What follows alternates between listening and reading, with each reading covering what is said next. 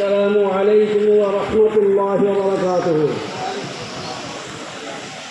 الحمد لله نحمده ونستعينه ونستغفره ونؤمن به ونتوكل عليه ونعوذ بالله من شرور أنفسنا ومن سيئات أعمالنا. من يهده الله فلا مضل له ومن يضلله فلا هادي له. ونشهد أن لا إله إلا الله وحده لا شريك له ونشهد أن سيدنا وسندنا وحبيبنا ومولانا محمدا عبده ورسوله أما بعد.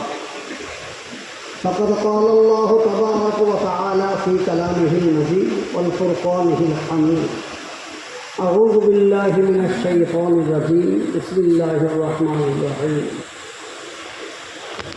إذا جاء أجلهم لا يستأخرون ساعة ولا يستقدمون. मोहतरम उलमाए किराम, उपस्थित हाजिरान मजलिस ও তোলাবায়ে আযীম, সকলের কাছে রইল আমার সলিমত সালাম ও শুভেচ্ছা।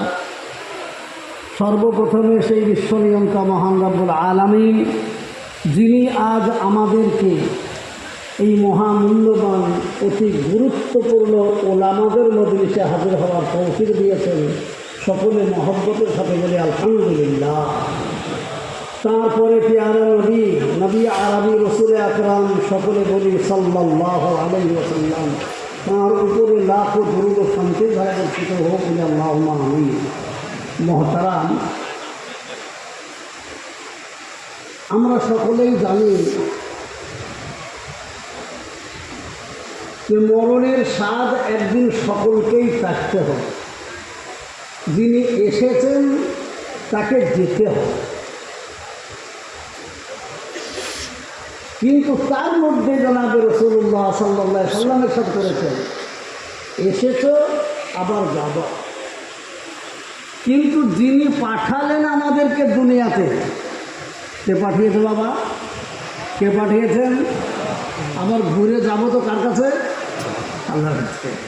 তাহলে আমি যেমন পাঠিয়েছি এবং তোমাকে যা যা বলে দিয়েছি সেই নিয়মকে মেনে আমি যাতে খুশি হব সেই রকম করে যেন আমার কাছে তুমি আসতে পারো। আলহামদুলিল্লাহ, এখন আমরা দেখতে পাচ্ছি আমার বাড়ি মুর্শিদাবাদে বাবা, আমার বাড়ি মুর্শিদাবাদ। ফজরের নামাজ পড়ে সকাল 6টার সময় গাড়ি ছেড়েছি, এসে 10টা 15 পৌঁছালাম। তাহলে 6 আর 10 কত হলে হয়? ক ঘন্টা? 4 ঘন্টা। আবার পার্সোনাল গাড়ি, তাহলে কতটা দূরের রাস্তা। কেন?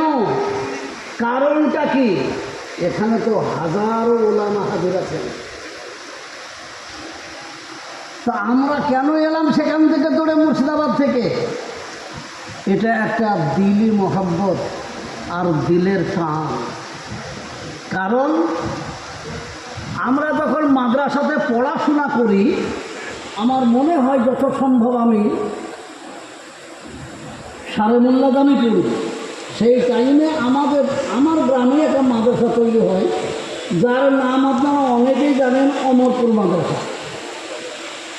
সেই মাদ্রাসা তিনি তৈরি করেছিলেন, তিনি জনাব হাফেজ মিনহাজউদ্দিন সাহেব।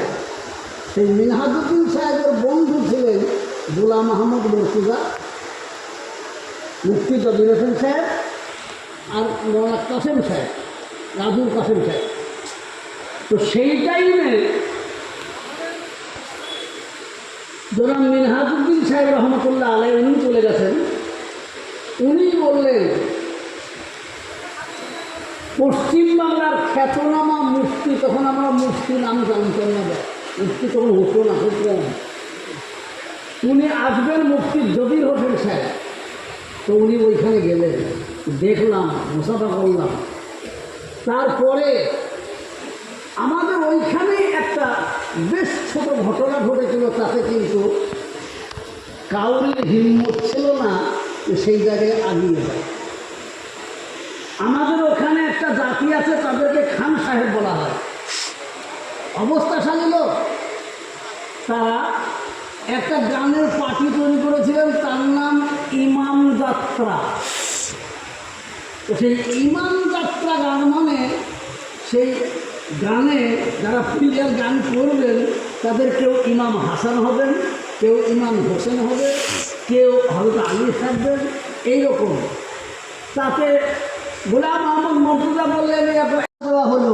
সেই এলাকার যত লোক, আমাদের এলাকার তখন সোচ্চার এর বিরুদ্ধে, আলেমদের বিরুদ্ধে, করতে দেব না, একে বাতিল করতে দেব না। দেখি কি করে ইমাম যাত্রা বাতিল করে। বাস এই যে দিক বিজয়ী দিন, ইনি হাজির হলেন, মর্তুজা সাহেব হাজির হলেন, কাসেম সাহেব হাজির হলেন, এবং বিরাট ব্যাপার হলো।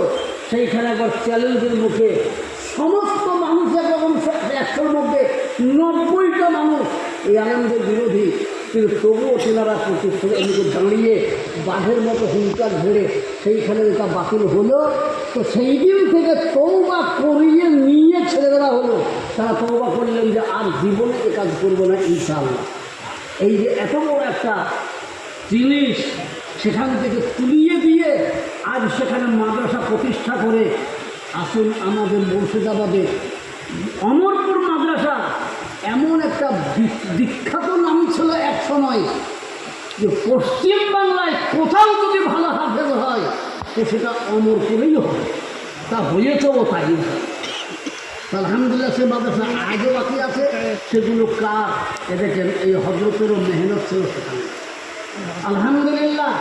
আমার বলার উদ্দেশ্য অন্য কিছু নয়, ওনার গুণ বয়ান করতে লাগলে তো আজকে গেল কালকে গেল, এক সপ্তাহ 1 মাস ধরে গুণ বয়ান করলেও শেষ হবে না। কিন্তু কথা হচ্ছে একটি জিনিস লক্ষণীয়, এই আল্লাহ রাসূল সাল্লাল্লাহু আলাইহি ওয়াসাল্লাম বলে গেছেন, তুমি চলে যাবা তো তুমি এমন জিনিস তৈরি করে দাও যাতে কবরে গিয়ে তোমাকে আর কোনো দুশ্চিন্তাই ভুগতে না হয়। আলহামদুলিল্লাহ সে জিনিস তিনি তৈরি করে গেছেন। 1 নম্বর সন্তান মাশাআল্লাহ তৈরি হয়ে গেছেন। 2 নম্বর এই যে মাদ্রাসা, এখানে কম হাফেজ কারি মৌলানা তৈরি হবে। কিয়ামত পর্যন্ত হাফেজ কারি আলেমরা থাকবে। আর যাদের যখন যা মনে পড়বে তখন তারা দোয়া করবেন, তো আলহামদুলিল্লাহ কবর ছিল শান্তি দেবে। দারুণ দেওয়ান আজ কত মানুষের নামে লেখা দেবো, মৌলানা অমুক কাসেমি, মৌলানা আব্দুর রহমান কাসেমি, মৌলানা আব্দুর রহিম কাসেমি, মৌলানা অমুক কাসেমি। এই যে কাসেমি তিনি চলে গেছেন, কবরে আরাম করছেন, কিন্তু সারা বিশ্বকে আজকে ওলামায়ে দেওবন্দরা পরিচালিত করছেন। যেমন সুবহানাল্লাহ। সব থেকে বড় জিনিস এ দেখেন একটা উনি প্রতিষ্ঠা করে গেছেন এই মাদ্রাসা। আলহামদুলিল্লাহ সেদিন আমরা এসেছিলাম জানাজার দিনে, অবাক হয়ে যাচ্ছি। আমাদের এলাকায় সব জায়গায় বলেছি, আমি আমার জীবনে পশ্চিমবাংলায় জানাজাতে এত মানুষ আমি দেখিনি। ছোট ছোট করে দাগ দেওয়া হলো, তো তাতেও জায়গা হলো না। শেষকালে বলা হলো যে বুকে পিঠে ঠেকিয়ে দাঁড়িয়ে গেল। কি গো, কথা ঠিক বলছি না ভুল বলছি? আবার আমরা জানাজা পড়ার পরে তাকিয়ে দেখছি বাইরের দিকে। আমার তো মনে হলো যত লোক জানে যায় তত লোক বাইরেই দাঁড়িয়ে মনে হলো কি না? আল্লাহু আকবার। ওইখান থেকে বের হয়ে যেতে যেতে ওই রাস্তা পর্যন্ত আধ ঘন্টার উপর টাইম লাগলো। বা বলুন এ কেন হয়? কারণটা কি? আমার তো মনে হয় একটা জায়গায় দোকানে বসলাম একটু, তো তারা বলছে হুজুর আমাদের গ্রামে শুধু মহিলা ছাড়া এই গ্রামে কোনো পুরুষ বাড়িতে ছিল না, সবাই ওইখানে। জোরে বলুন সুবহানাল্লাহ। যে এত বড় মহব্বত, এত ভালোবাসা কি করে অর্জন করলেন? আল্লাহ রাসূল সাল্লাল্লাহু আলাইহি ওয়াসাল্লাম বলেছেন, আল্লাহ যাকে ভালোবাসেন তাকে দিনের বুঝ শক্তি দান করেন। কি গো, যাকে আল্লাহ ভালোবাসেন তাকে দিনের বুঝ শক্তি দান করেন। আর যাকে দিনের বুঝ শক্তি দান করেন, এই দিনই হচ্ছে সারা পৃথিবীকে এক জায়গায় নিয়ে আসা। আলহামদুলিল্লাহ। তাই আমি বলবো উনি চলে গেছেন আর আমরা তাকে পাবো না। যে যে অবস্থায় যেখানে যতদিন থাকবো আমরা ওনার জন্য প্রাণ ভরে দোয়া করবো। আমি তো বাবা জালসা করালো, উনি বলেই দিলেন। তো যে মজলিসে যেখানে দেখা হতো আমি শুনতে পেলে ছুটে কারি সাহেব জড়িয়ে বুকে শুনে জড়িয়ে, আল্লাহ কাজ দেবে আপনার দ্বারাই করুন, আপনাদের দোয়া করুন, আপনাদের দোয়াতেই তো চলছে। তো ভাই মোহতারাম, সেই লোক আর নাই, আমাদের কাছে আর খুঁজে পাবো না। তাই আমার বলার একটাই কথা, এক কবি বলেছেন, যেদিন আসিয়াছিলে তুমি এইভাবে, কেঁদেছিলে একা তুমি, হেসেছিল কবে।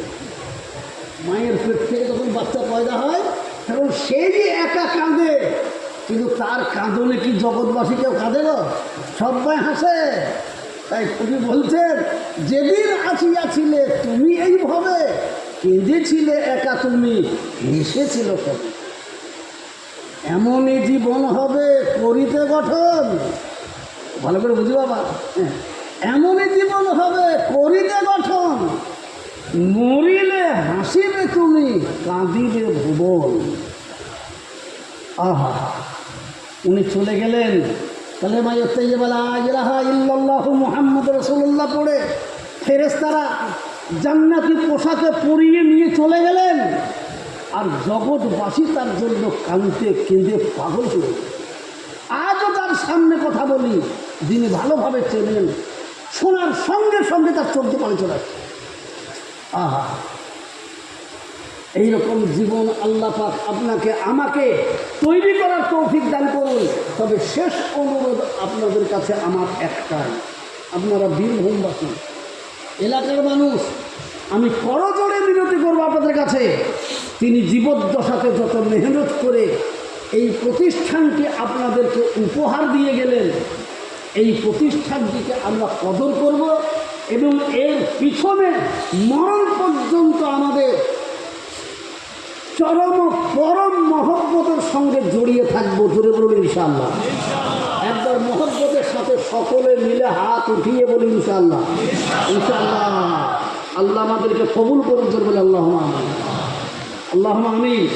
কেউ কেউ অনেকে মনে করছে আর লোকটা এখানেও আবার কিছু না না না হয় না, আমার কাজে হয়েছে বাবা বুঝিবাজি লোকের কাছে পকেটে হাত ধরে টাকা দেবে, তো আমাকে এখানে তো কিছু টাকা আদায় করতে হবে নাকি বলে, তার জন্য আপনাদেরকে এই মাদ্রাসার মুহিদ্দিন হিসাবে জীবনভর থাকবো, এর জন্য হাত ওঠানো করা লাগবে।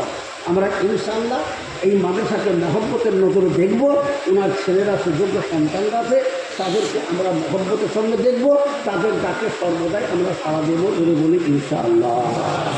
ওমা আলাইনা ইল্লাল বালাগ। এই অধমের জন্য কে দোয়া করবেন, আল্লাহ যেন দিনের খেদমত করার তৌফিক দান করবেন।